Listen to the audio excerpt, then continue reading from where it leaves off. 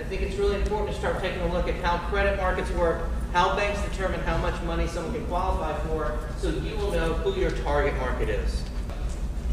We've got a family that makes $39,600, or almost 40 grand a year. Right? That is about 60% of the median in a community that earns $66,000 a year.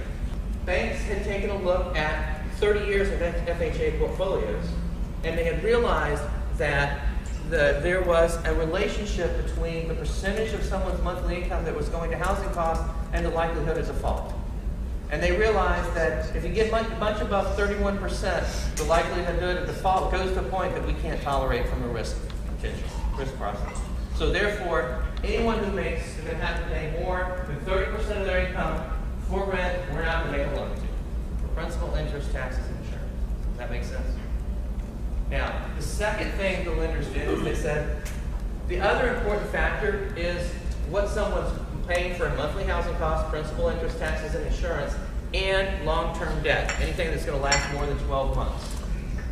They came to a conclusion, again, by running a lot of regression analysis on an FHA portfolios, that if someone's paying more than 42% of their gross monthly income for principal, interest, taxes, and insurance, and long-term debt, their likelihood of default is to the point that we can't tolerate the risk anymore.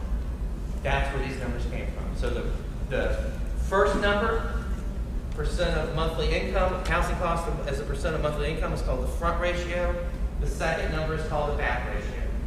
So we've got a family that is earning almost 40 grand a year. They have $400 a month in long-term debt. Now, the people who run purchase assistance programs in the state in this room right now are laughing at me because no one's got $400 a month in long-term debt. It's more like $600 or $800 a month in long-term debt, right?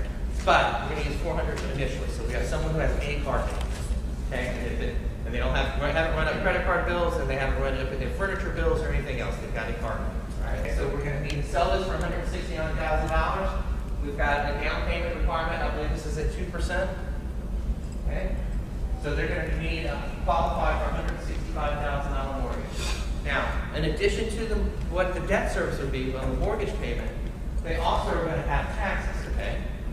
Right? Now, most property appraisers will, when they're being honest with you, will say that assessed value is usually about 85% of market price. Okay. We have a $50,000 homestead exemption thanks to Amendment 1. In this case, this was an actual example of an actual community. The millage rate of 18.84. That information is available on property appraiser websites. It'll tell you what the millage rate is for by district. So if you got a district that has an extra mill or half a mill laid on it for a fire district, it tells you what it is, right? So this example, 18.84. Insurance cost is 1% in this example, 1% of the total sales price, or in this case, $1,690 a year. You can raise or lower that, whatever your market is. Southeast Florida, it's going to be closer to 1.75. Central Florida, in the middle of nowhere, it might be closer to 0.75 or 1.0. Okay. In this example, someone making almost 40 grand a year, $169,000 house, they can qualify for a $110,450 mortgage, which means they would need $55,000 in subsidy to buy this house. This model is really sensitive to a couple of things. One is debt. Right? So remember this number, $55,168 is the subsidy amount now. Let's see what happens when we raise their debt to $600 a month. So they went out, instead of buying a sensible car, they went out and bought an expensive car. Okay? So we have a $600 a month car payment, and now all of a sudden they can only qualify for a $78,000 mortgage. Now we've got an $86,000 subsidy that's needed, just by changing the amount of monthly debt from $400 a month to $600.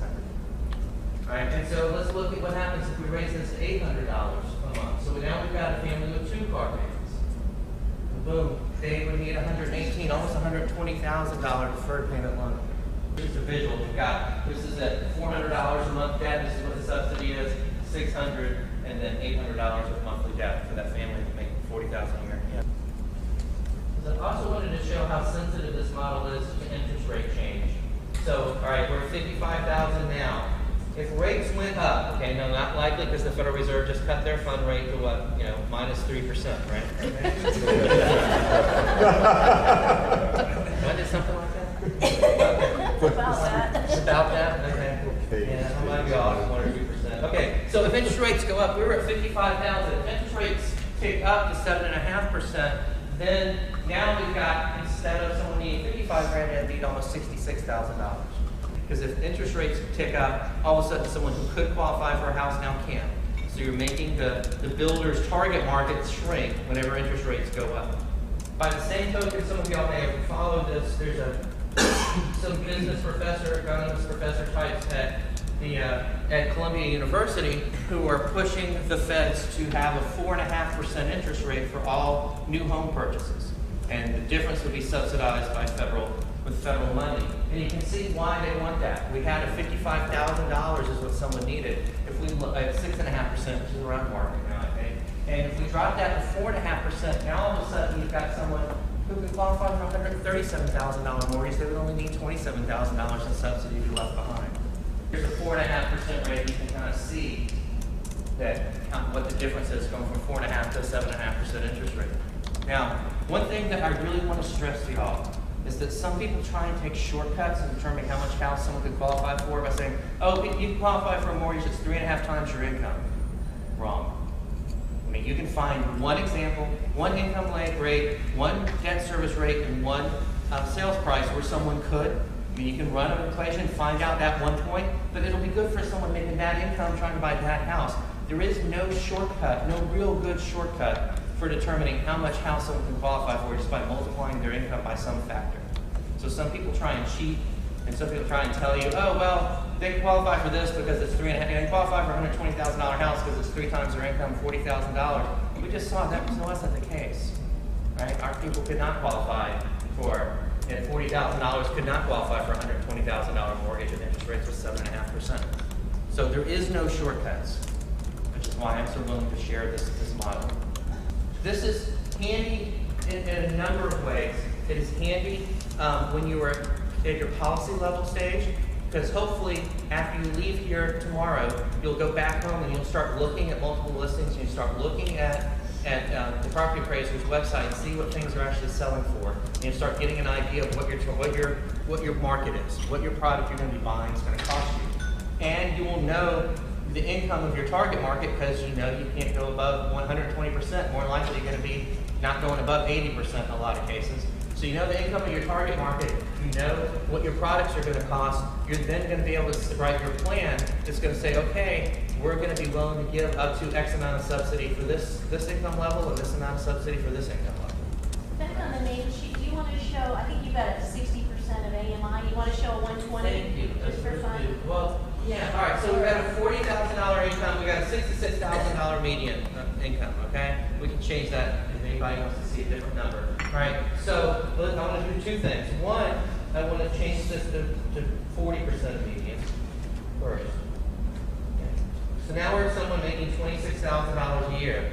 Now you're looking at, with just this $400 a month of subsidy, now monthly gap, now you're looking at $120,000 subsidy. It's really hard to get very low income people into home ownership. This is really tough. You're talking about $120,000 with a subsidy, and you're talking about when something goes wrong, because things go wrong with houses, right? When something goes wrong, they may not have the money to maintain it. So it's really tough to get very low income people into home ownership.